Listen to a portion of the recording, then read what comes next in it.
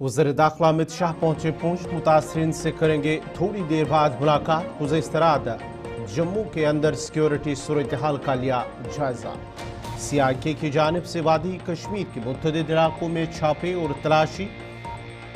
उड़ी में पुलिस गाड़ी को हादसा आया पेश, 8 पुलिस एहलकार हुए जख्मी, सभी जख्मी खतरे से बाहर। और GMC डोडा में आज OPD सर्विस हुई बहाल। महराज मलिक के खिलाफ FIR दर्ज। अमरनाथ यात्रा के लिए सिक्योरिटी फोर्सेस की मज़ीद 581 कंपनियां जम्मू कश्मीर के अंदर होंगी तैनात।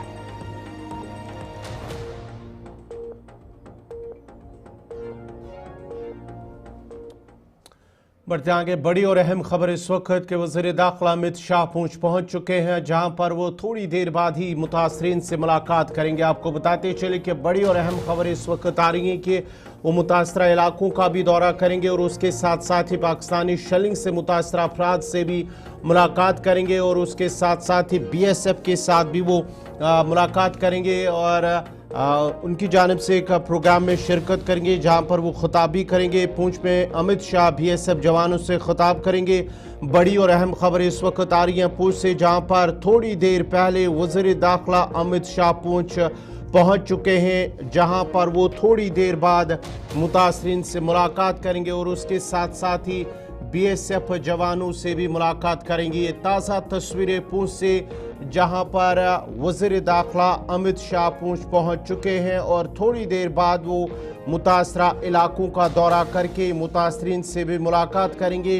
जो हालिया पाकिस्तानी शेलिंग से मुतासर इलाके हुए थे, वहां पर उन मुतासरीन से मुलाकात करेंगे और उसके साथ साथ ही उन मकामात का भी दौरा करेंगे जहां पर जो हालिया गोलाबारी शेलिंग से जो मुतासरा इलाके, जहां पर कुछ मजहबी मकामात भी उस शेलिंग से नुकसान पहुंचा था, उन मकामात का भी वो दौरा करेंगे और साथ ही साथ वहाँ की सूरत हाल का खुद भी जायजा लेंगे और उन लोगों के साथ भी वो मुलाकात करेंगे जिन्होंने अपने प्यारों को उन शेलिंग के दौरान खोया था। तकरीबन 12 से 13 लोगों की जो जान चली गई थी, वहाँ पर उन लोगों से भी वो मुलाकात करेंगे। और ये भी ज़राए के हवाले से खबर आ रही है कि उनमें जो लवाकिन जो है, उनमें एक फ़र्द को सरकारी नौकरी के हवाले से जो जॉब लेटर है वो उनमें तकसीम किया जाएगा और उसके साथ साथ ही एक तकरीब में भी वो शिरकत करेंगे, जहां पर वो मुतासरीन से खिताब करेंगे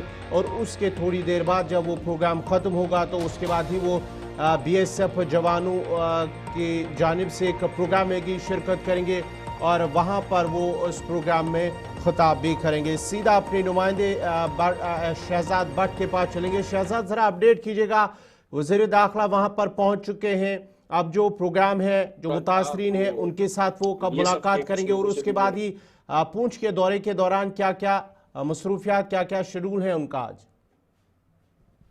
कुछ देर पहले शाह जो पहुंचे हैं तो कुछ के अंदर इंटर किया है, अभी उन लोगों के साथ जो है मुलाकात कर रहे हैं, कुछ के मुलाकात करेंगे वो वहाँ पर जो शहजाद, जरा ये भी बताइए, ये भी खबर आ रही है कि उसके बाद वो BSF के एक प्रोग्राम में भी शिरकत करेंगे और वहाँ पर भी वो प्रोग्राम में खिताब करेंगे, उस हवाले से क्या कुछ अपडेट है? जी हाँ, इसके बाद इन्होंने गुरद्वारा सिंह सभा गीता भवन नगर के अंदर जो नुकसान हुए थे वहाँ पे वो जायजा लेंगे। उसके बाद वो BSF कैंप में जो जवान हैं उनसे भी मुलाकात करेंगे। वहीं पर चलिए शहजाद, आपका बहुत बहुत शुक्रिया पूंछ से तफसीलात फराहम कर रहे थे, जहां पर आपको बताते चले कि वज़ीर दाखिला अमित शाह पूंछ पहुंच चुके हैं। ये तस्वीरें जो हैं पूंछ की हैं, जहां पर थोड़ी देर पहले वज़ीर दाखिला पहुंच चुके हैं और ये माना जाता है कि पूंछ पहुंचने के साथ ही वो मुतासरीन से मुलाकात करेंगे, मुतासरा इलाकों का भी वो दौरा करेंगे, इस हवाले से खबर आ रही है। जिसके बाद ही वो BSF की जानिब से मुनक़दा एक प्रोग्राम में भी शिरकत करेंगे, उनकी हौसला अफजाई करेंगे और उसके साथ साथ ही वहाँ पर इस प्रोग्राम में भी खिताब करेंगे।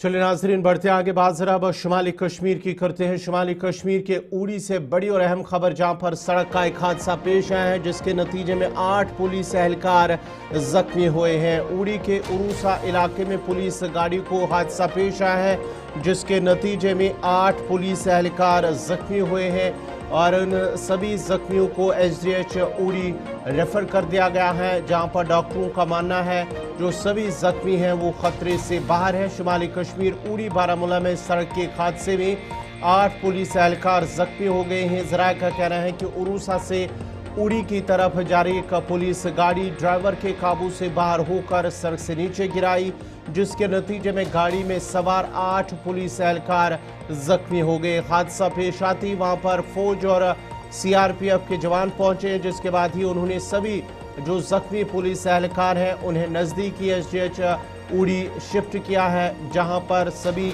जख्मियों को इलाज मुआवजा उनका जारी है और डॉक्टरों के मुताबिक सभी जख्मी जो है वो खतरे से बाहर करार दिए गए हैं। बड़ी और अहम खबर उरूसा उड़ी से आ रही है, जहां पर पुलिस के गाड़ी को हादसा पेश आया और इस हादसे में 8 पुलिस एहलकार जख्मी हुए हैं, जिनका इलाज मुआवजा एसडीएच उड़ी में चल रहा है और सभी जख्मी पुलिस एहलकारों को फिलहाल खतरे से बाहर करार दिया गया है।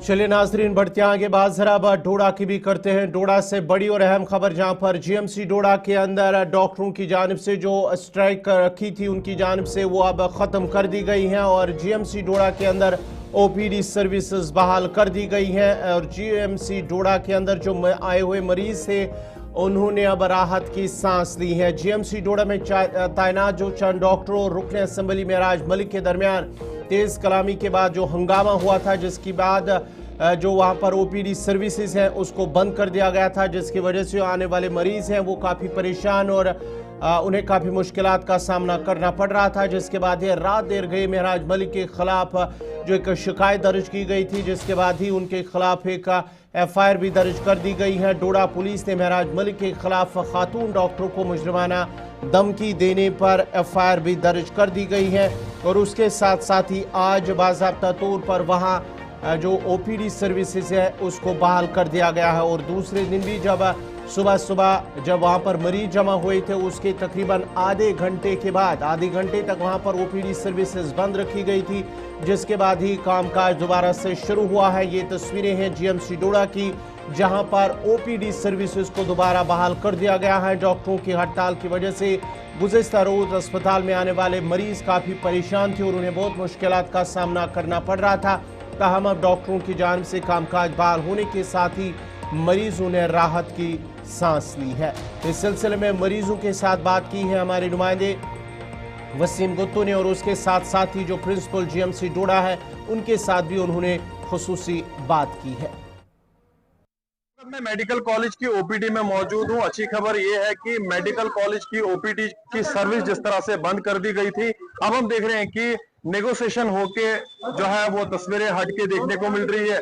ये तस्वीरें आप देख सकते हैं। खुशी की बात यह है कि जो आवाम यहाँ की सफर हो रही थी उसके बाद जो है एडमिनिस्ट्रेशन ने, अब जिला एडमिनिस्ट्रेशन यहाँ पे खुद आई, जिसमें एडिशनल डिप्टी कमिश्नर उनके साथ पूरा अमला यहाँ पे पहुंचा, तहसीलदार डोडा, एडिशनल डिप्टी कमिश्नर के साथ साथ डीएसपी हेडक्वार्टर डोडा, पुलिस की टीमें यहाँ पे पहुंची और बातचीत यहाँ पे जरूर हुई। भरोसा इन लोगों को दिया गया कि आपकी जो भी जेन्युइन डिमांड्स है उनको पूरा किया जाएगा। जिस तरह से कल उन्हें डॉक्टर साहिबा ने राइटिंग में एक वो दिया था, बताया गया था कि एफआईआर महराज मलिक के खिलाफ जो है वो काटनी चाहिए। कुछ डॉक्टर साहिबान ने, आपने देखा था, हमने उनसे बातचीत भी की थी। अब उनकी बात को जो है वो माना गया है कि जल्द से जल्द कार्रवाई होगी। ये तस्वीरें आप देख सकते हैं। अभी इससे पहले हमने जब आपको तस्वीरें दिखाई थी, लंबी लंबी कतारें जरूर थी, लोगों में गुस्सा था और परेशान लोग काफी ज्यादा थे। मैं इनसे बातचीत करना चाहूंगा। थोड़ा सा बताइए किस इलाके से आप हैं। अब जो है मामला हल हो चुका है, यानी कि ओपीडी की सर्विस जो है वो ओपन हो चुकी है। जहां तक हम देख रहे थे कि आवाम काफी ज्यादा परेशान थी। जी, मैं गोंदरा मलवाना से बिलोंग करता हूं। काफी खुशकिस्मती की बात है कि यहाँ ओपीडी ओपन हुई है।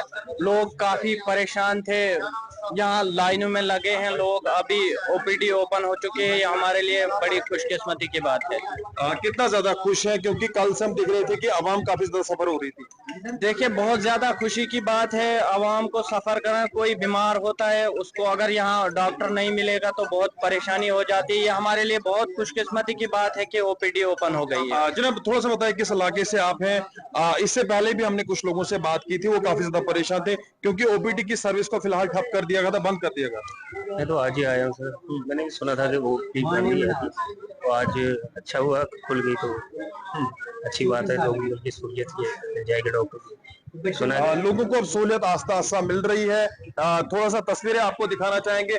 जनाब थोड़ा सा बताना, ये अपनी ये देख लीजिए आपकी किस तरह से यहाँ पे लोगों को पर्चियां मिल रही हैं, लोग अपने डॉक्टर्स के पास जा रहे हैं। ये तस्वीरें आप देख सकते हैं कि जब इससे पहले गुलिस्तान न्यूज ने आपको तस्वीरें दिखाई थी, लोगों में गुस्सा काफी ज्यादा था। थोड़ा सा आप बताएं किस इलाके से है। इससे पहले हमने जो तस्वीरें देखी थी, लोग काफी ज्यादा जो है परेशान थे, बीमार थे, बच्चियां यहाँ पे मौजूद थी, बुजुर्ग मौजूद थे जो सवाल कई सारे उठा रहे थे। बहुत खुश हैं हम, लोगों की मुश्किल हाल हो रही है। अब कितना ज्यादा खुश है क्योंकि अब सर्विस को बहुत खुश। चलिए, खुशी की लहर इन लोगों में है और उम्मीद करेंगे कि ऐसा कोई भी मामला सामने पेश नहीं आएगा। और महराज मलिक भी जिस तरह से अपनी डिमांड कर रहे हैं, वो भी क्या जेन्युइन डिमांड है आवाम बता सकती है। और जिस तरह से उनने एलिगेशन लगाए थे मेडिकल कॉलेज के ऊपर, उसके बाद तस्वीरें हालात थोड़ा सा हटके देखने को मिले थे और बताया था कि माफिया के ऊपर जो है वो कानूनी कार्रवाई होनी चाहिए। और जहां तक हमें जानकारी मिली है, उन्होंने भी कहा है कि कुछ डॉक्टर साहिबान का नाम लिया है, राइटिंग में भी एक जो है वो भेज दिया गया है एडमिनिस्ट्रेशन को। चलिए नाज़रीन, सीधा हम आपको पूछ लिए चलते हैं जहां पर इस वक्त जम्मू कश्मीर के लेफ्टिनेंट गवर्नर मनोज सिन्हा इस वक्त प्रोग्राम के अंदर वो खुताब कर रहे हैं। इस घटना में शामिल है आतंकवादी और आतंकवादियों को सह देने वाले लोगों को उनके अंजाम तक पहुंचाया जाएगा। और वही कार्रवाई 6-7 मई की रात को भारतीय सेना ने किया। लेकिन हमारा जो पड़ोसी है, आतंकवादियों के खिलाफ की गई कार्रवाई को अपने खिलाफ वो कार्रवाई मान लिया और 1:30 बजे रात के बाद धुआंधार सेलिंग, गोलीबारी, इसमें सबसे ज्यादा प्रभावित पुंछ ही हुआ। हमने अनेक निर्दोष नागरिक खोए हैं। मैं उन सबकी पुण्य स्मृति को प्रणाम करता हूं। अनेक लोगों के घर संपत्ति नष्ट हुई है, अनेक लोग घायल हुए। ईश्वर की कृपा से और प्रशासन की मुस्तैदी के कारण जो लोग घायल थे उनका उचित उपचार हुआ और सभी लोग आज की तारीख में स्वस्थ हैं। आप सब आए हैं, गृह मंत्री जी विस्तार से बताएंगे। मैं केवल 1-2 बात कहना चाहता हूं। जैसा यहाँ के जिलाधिकारी ने बताया, मोटे तौर पर जिन लोगों ने अपने परिजन खोए थे उनको आर्थिक सहायता 6 लाख रुपए गृह मंत्रालय भारत सरकार की ओर से और 10 लाख रुपए जम्मू कश्मीर सरकार की ओर से दे दिए गए हैं। जो घायल थे उन्हें भी 100% जो अनुमन्य सहायता थी वो दे दी गई है। डिजास्टर मैनेजमेंट में जिनके घर को नुकसान हुआ उन्हें भी वो कोई मुआवजा नहीं है, वो केवल सहायता है जो अनुमन्य है। बाकी गृह मंत्री जी बताएंगे, वो भी वितरित कर दी गई है। प्रशासन ने कहां बंकर बनाने हैं, किन लोगों की क्षति कितनी हुई, इसका पूरा आकलन किया है। उस पर विस्तार से माननीय गृह मंत्री जी बोलेंगे। लेकिन मैं समझता हूं कि एक वातावरण जम्मू कश्मीर में शायद आजादी के बाद पहली बार बना कि पाकिस्तान और आतंकवादियों के खिलाफ यहाँ का आम आदमी सड़क पर उतरा। और मैं समझता हूं कि इसके कारण एक बदली हुई तस्वीर दिखाई पड़ रही है। और मैं एक बात और कहना चाहता हूं कि अब किसी को भ्रम नहीं होना चाहिए। पाकिस्तान यहाँ की अर्थव्यवस्था को, यहाँ के पर्यटन को, यहाँ की आवाम को शुरू से निशाना बनाता रहा है। 47 में जब आजादी मिली तो कोई नया घर होता है तो नया घर संवारने की कोई कोशिश करता है, लेकिन आजादी के कुछ दिनों बाद ही उसने कबायली और सेना को मिला करके आक्रमण किया। तो ये रवैया उसका शुरुआत से चला आ रहा है। मैं समझता हूं कि यहाँ के लोगों को भी इस बात को समझने की जरूरत है। हमारे सेना के लोग, सुरक्षा बल के लोग जम्मू कश्मीर में अमन चैन स्थापित रहे, क्योंकि विकास तभी होगा जब शांति रहेगी। और इसकी हर कोशिश कर रहे हैं। मैं केवल आवाम से निवेदन करना चाहता हूं कि वे तत्व जो हमारे बीच हैं और ऐसे लोगों की मदद करते हैं, मुझे लगता है ये हमारा भी नैतिक दायित्व है कि ऐसे तत्वों की सूचना पुलिस को, सुरक्षा बलों को हम दें ताकि अमन चैन पूरी तरह से कायम हो। मैं आदरणीय गृह मंत्री जी का हृदय से आभारी हूं। वो आपके बीच है, पूरी विस्तार से बात कहेंगे। मैं इतनी ही बात कहता हुआ जिन लोगों ने अपने परिजन खोए उन सब के प्रति श्रद्धांजलि अर्पित करता हूं। जो घायल थे अधिकांश लोग स्वस्थ हो गए हैं, बाकी लोग जल्दी स्वस्थ हो जाएं और माननीय गृह मंत्री जी के कर कमलों से जिन लोगों ने अपने परिजन खोए हैं उनके परिवार के एक सदस्य को सरकारी नौकरी का नियुक्ति पत्र आज ही मिलेगा। इतनी ही बात कर करके मैं अपनी बात पूरी करता हूं। धन्यवाद। जय हिंद।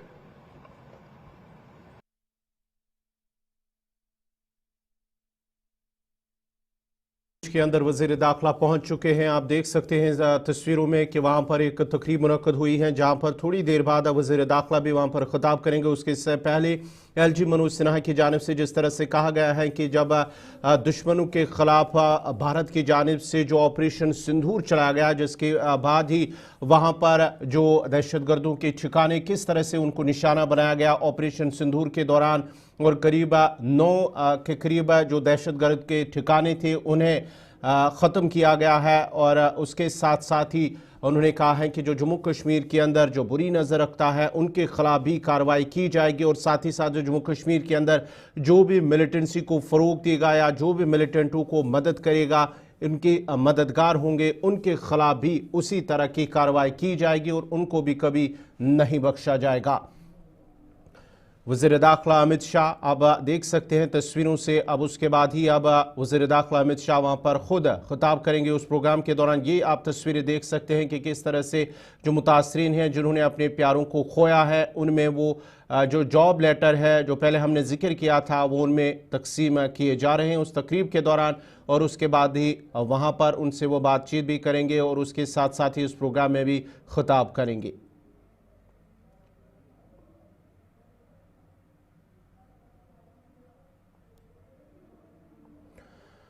नाज़रीन, आपको बताते चले कि वज़ीर दाखिला अमित शाह पूंछ के अंदर इस वक्त मुतासरीन के अंदर जिन्होंने अपने प्यारों को खोया है उनमें जो सरकारी नौकरी हैं, जॉब लेटर हैं, वो उनमें तकसीम कर रहे हैं। वज़ीर दाखिला अमित शाह पूंछ के अंदर तकरीब में जहां पर वो आज सुबह कुछ ही देर पहले वो पूंछ पहुंच चुके थे। ये तस्वीरें हैं, ये वो लोग हैं जिन्होंने अपने प्यारों को पाकिस्तानी शेलिंग के दौरान खोया था, और उसके साथ साथ ही उन मुतासरीन में, उन अफराद खाना में वो जॉब लेटर तकसीम कर रहे थे। क्रम में मेरे साथ मंच पर उपस्थित जम्मू कश्मीर के लेफ्टिनेंट गवर्नर श्रीमान मनोज सिन्हा जी, जम्मू कश्मीर यूटी के जल शक्ति मंत्री भाई जावेद अहमद राणा जी, विधानसभा में प्रतिपक्ष के नेता श्री सुनील शर्मा जी, मेरे साथ दिल्ली से आए हुए भारतीय जनता पार्टी के वरिष्ठ नेता और दिल्ली सरकार के मंत्री मनजिंदर सिंह सिरसा जी, उपस्थित सभी अधिकारीगण, और आज इस कार्यक्रम में जिन्होंने अपने स्वजन गंवाए हैं, जिनका नुकसान हुआ है, इस सभी परिवारों के प्रति संवेदना व्यक्त करने के लिए आए हुए पूंछ के सभी नागरिकों को मेरा प्रणाम। आज यहां पर जम्मू कश्मीर सरकार द्वारा पाकिस्तान ने जो घोर निंदनीय, हम जिसकी निंदा करते हैं, ऐसा हमला किया, रिहायशी इलाकों में हमला किया, धार्मिक स्थानों पर हमला किया। वो हमले में जो हमारे नागरिक हताहत हुए हैं उनके परिजनों को सरकारी नौकरी देने का उसका अपॉइंटमेंट लेटर देने का एक कार्यक्रम यहां पर आयोजित किया है। हम सब जानते हैं मुआवजा, ये सरकारी नौकरी, इससे आप सबके जीवन में जो क्षति हुई है इसकी परिपूर्ति नहीं हो सकती है, परंतु ये प्रतीक है जम्मू कश्मीर सरकार, भारत सरकार और समग्र देश की जनता की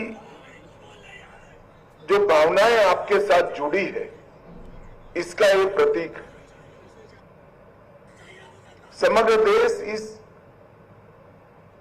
घटनाक्रम में आपके परिवार की जो क्षति हुई है, इसमें आपके साथ चट्टान के साथ खड़ा है। जो बहादुरी पूंछ के नागरिकों ने बताई, यहाँ के अधिकारियों ने बताई, और जो देशभक्ति का जज्बा हमले के बाद भी घाटी से लेकर जम्मू तक और पुंछ कठुआ तक जो जम्मू कश्मीर के नागरिकों में उभर कर आया, उससे न केवल जम्मू कश्मीर, पूरे देश की जनता का संबल बढ़ा है। हम सभी जानते हैं कि पहलगांव में निर्दोष नागरिकों पर, यात्रियों पर कायराना हमला हुआ, और जैसे भारत सरकार की, देश के प्रधानमंत्री मोदी जी की नीति है कि हर आतंकवादी हमले का जवाब इतनी ही तत्परता और इतनी ही कठोरता से दिया जाएगा। वो नीति के तहत हमने 7 तारीख की रात को पाक ऑक्यूपाई कश्मीर और पाकिस्तान में जो आतंकवादी अड्डे थे उसको ध्वस्त कर दी। पहली बार भारत की सेनाओं ने पाकिस्तान की सीमा के अंदर खड़े हुए आतंकवादी संगठनों के हेडक्वार्टर को ध्वस्त कर दिया, और एक करारा जवाब समग्र भारत की जनता की ओर से नरेंद्र मोदी जी के दृढ़ राजनीतिक इच्छा शक्ति से लिए गए निर्णय, हमारी सूचना एजेंसियों की सटीक सूचना और सेना का अद्भुत साहस और अचूक मारक क्षमता, इसके कारण यह हुआ कि सैकड़ों की संख्या में आतंकवादी हताहत हुए। हमने तो हमला आतंकवादियों पर करा था, मगर पाकिस्तान ने हमले को अपने पर हमला माना और समग्र दुनिया के सामने प्रदर्शित किया कि हम ही आतंकवादियों को पनाह दे रहे हैं, हमने ही पाकिस्तान को आतंकवादियों की पनाहगाह बनाया है। एक भी सेना के स्थान पर हमला नहीं हुआ था, एक भी पाकिस्तान का नागरिक हताहत नहीं हुआ था। इतने सटीक तरीके से भारतीय सेना ने संयम बरतते हुए पाकिस्तान पुरस्कृत आतंकवादी अड्डों को तहस नहस किया था। और बौखलाए हुए पाकिस्तान ने क्या किया? दूसरे दिन भारत में जम्मू कश्मीर में रिहायशी इलाकों में गोलीबारी, और इसका सबसे बड़ा नुकसान हमारे पुंछ में शायद आजादी के बाद पहली बार गोलीबारी, मगर पुंछ के साथ साथ सभी जगह पे रिहायशी इलाकों पर, गुरुद्वारों पर, मंदिरों पर, मदरसों पर गोलीबारी करने का काम पाकिस्तान ने किया। और आज पूरी दुनिया पाकिस्तान के हमले की घोर निंदा करती है। और जब पाकिस्तान ने हमारे रिहायशी इलाकों पर, नागरिकों पर, निहत्थे नागरिकों पर हमला किया, तब भारतीय सेना ने इसका भी सटीक जवाब दिया और उनके 9 हवाई अड्डों को, उनकी मारक क्षमता को क्षतिग्रस्त कर एक मजबूत जवाब दिया, जिसके कारण उनको समझौते के लिए आगे आना पड़ा। ये पूरा घटनाक्रम भारत की सुरक्षा नीति को दुनिया के सामने घटनाओं के आधार पर जाहिर करने वाला रहा है कि भारत के नागरिकों पर, भारत के निर्दोष व्यक्तियों पर, भारत की सेना पर और भारत की सीमा पर किसी भी प्रकार का अतिक्रमण भारत सहन नहीं करेगा। किसी भी प्रकार का आक्रमण भारत सहन नहीं करेगा। इसका सटीक और इससे भी बुलंद जवाब दिया जाएगा और वो हमारी सेनाओं ने कर दिखाया है। पुंछ में कई लोगों के घरों की क्षति हुई है, कई व्यापारी स्थानों की क्षति हुई है। एलजी साहब ने बताया कि जम्मू कश्मीर सरकार ने नॉर्म्स के हिसाब से सहायता कर दी। पाकिस्तान ने जो घोर निंदनीय, हम जिसकी निंदा करते हैं, ऐसा हमला किया, रिहायशी इलाकों में हमला किया, धार्मिक स्थानों पर हमला किया। वो हमले में जो हमारे नागरिक हताहत हुए हैं, उनके परिजनों को सरकारी नौकरी देने का, उसका अपॉइंटमेंट लेटर देने, आप सबके जीवन में जो क्षति हुई है, इसकी परिपूर्ति नहीं हो सकती है। परंतु ये प्रतीक है जम्मू कश्मीर सरकार, भारत सरकार और समग्र देश की जनता की जो भावनाएं आपके साथ जुड़ी है, इसका ये प्रतीक है। समग्र देश इस घटनाक्रम में आपके परिवार की जो क्षति हुई है, इसमें आपके साथ चट्टान के साथ खड़ा है।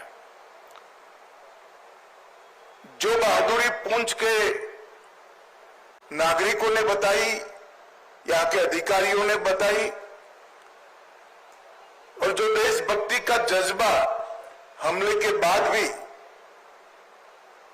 घाटी से लेकर जम्मू तक और पुंछ कठुआ तक जो जम्मू कश्मीर के नागरिकों में उभर कर आया, उससे न केवल जम्मू कश्मीर, पूरे देश की जनता का संबल बढ़ा है। हम सभी जानते हैं कि पहलगांव में निर्दोष नागरिकों पर, यात्रियों पर कायराना हमला हुआ, और जैसे भारत सरकार की, देश के प्रधानमंत्री मोदी जी की नीति है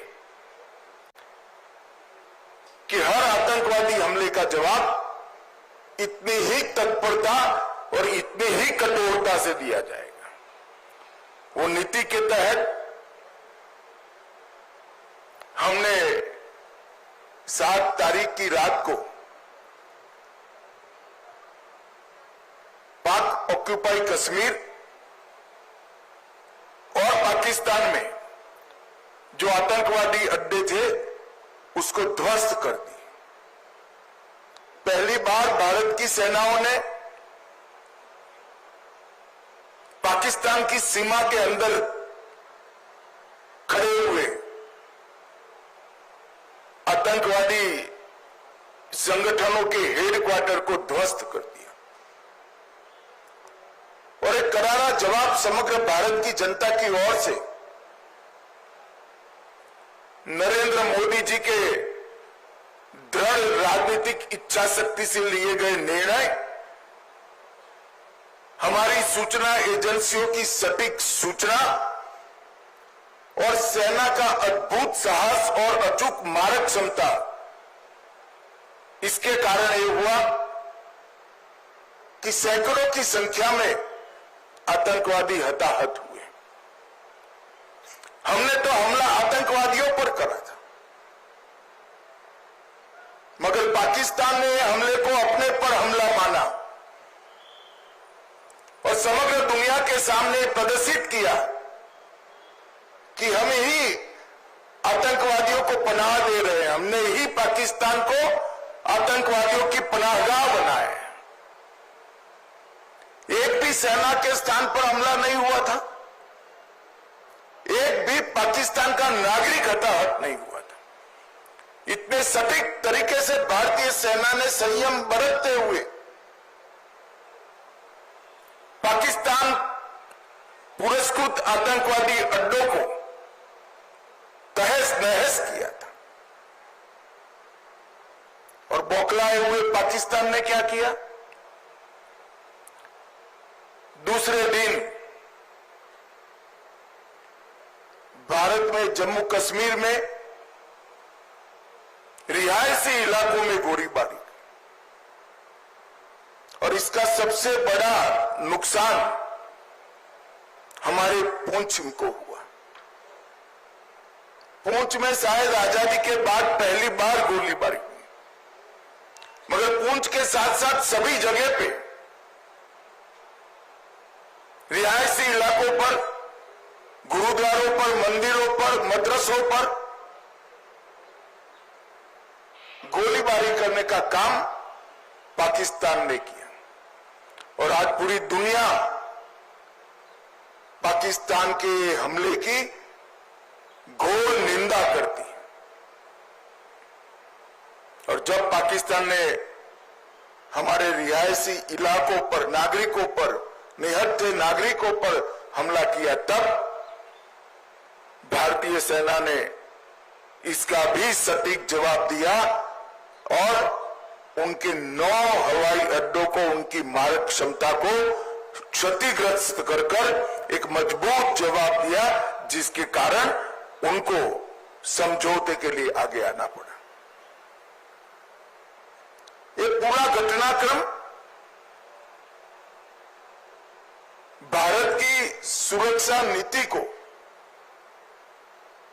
दुनिया के सामने घटनाओं के आधार पर जाहिर करने वाला रहा है कि भारत के नागरिकों पर, भारत के निर्दोष व्यक्तियों पर, भारत की सेना पर और भारत की सीमा पर किसी भी प्रकार का अतिक्रमण भारत सहन नहीं करेगा। किसी भी प्रकार का आक्रमण भारत सहन नहीं करेगा। इसका सटीक और इससे भी बुलंद जवाब दिया जाएगा, और वो हमारी सेनाओं ने कर दिखाया है। पुंछ में कई लोगों के घरों की क्षति हुई है, कई व्यापारी स्थानों की क्षति हुई है। एलजी साहब ने बताया कि जम्मू कश्मीर सरकार ने नॉर्म्स के हिसाब से सहायता कर दी, परंतु व्यापारी स्थानों और रिहायशी इलाकों में जो क्षति हुई है, आने वाले कुछ ही दिनों में भारत सरकार भी इसके लिए एक पैकेज लेकर आएगी। और मैं आज इस मंच से जम्मू कश्मीर की जनता को, आवाम को भी ये संदेश देने आया हूं कि जम्मू कश्मीर का विकास रुकेगा नहीं, थमेगा नहीं। जिस गति से 2014 से जम्मू कश्मीर का विकास चालू हुआ है, उसी गति से जम्मू कश्मीर का विकास चलेगा। हमारी सेनाएं, हमारे सुरक्षा बल हर चीज का जवाब देने के लिए सक्षम। ये 3 दिन की जो आफत आई उसमें मैं जम्मू कश्मीर प्रशासन के सभी अधिकारियों को भी, एलजी साहब को और मुख्यमंत्री और सभी मंत्रीगण और सभी विधायकों को भी बहुत बहुत साधुवाद देना चाहता हूं, क्योंकि हरदम प्रशासन जनता के साथ खड़ा हुआ दिखा, हर जगह प्रशासन मौजूद था और एक सीनियर अधिकारी को भी अपना बलिदान देना पड़ा। तत्काल ही हजारों लोगों का शिफ्टिंग और उनको सुरक्षित स्थान पर गोलीबारी की रीच के बाहर पहुंचाने का जो प्रयास प्रशासन ने किया, इससे हमारी क्षति निश्चित रूप से कम हुई। नरेंद्र मोदी जी के प्रधानमंत्री बनने के बाद तुरंत ही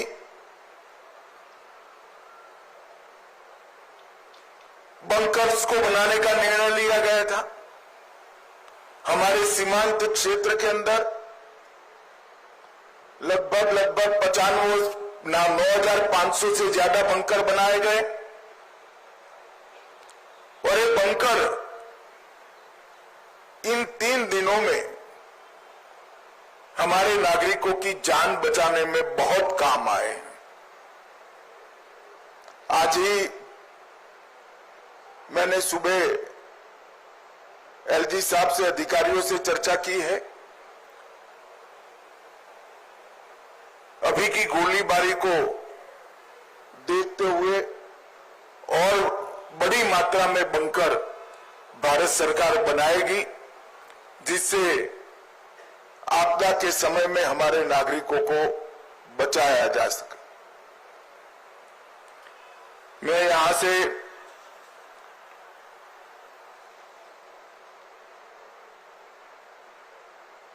जो धार्मिक स्थान क्षतिग्रस्त हुए हैं और कुछ रिहायशी इलाकों में भी वहां के लोगों को मिलने जाने वाला हूं।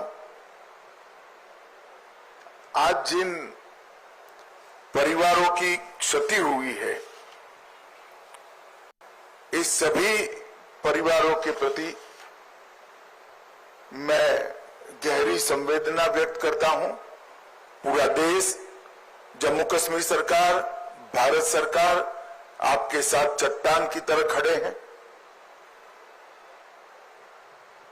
और जो आतंकवादियों ने किया है, जो पाकिस्तान की सेना ने किया है, उसके प्रति भारत की रक्षा नीति अब और सुदृढ़ बनेगी। प्रधानमंत्री जी ने बहुत स्पष्ट कर दिया है कि टेरर और टॉक एक साथ नहीं चल सकते, टेरर और ट्रेड एक साथ नहीं चल सकते, खून और पानी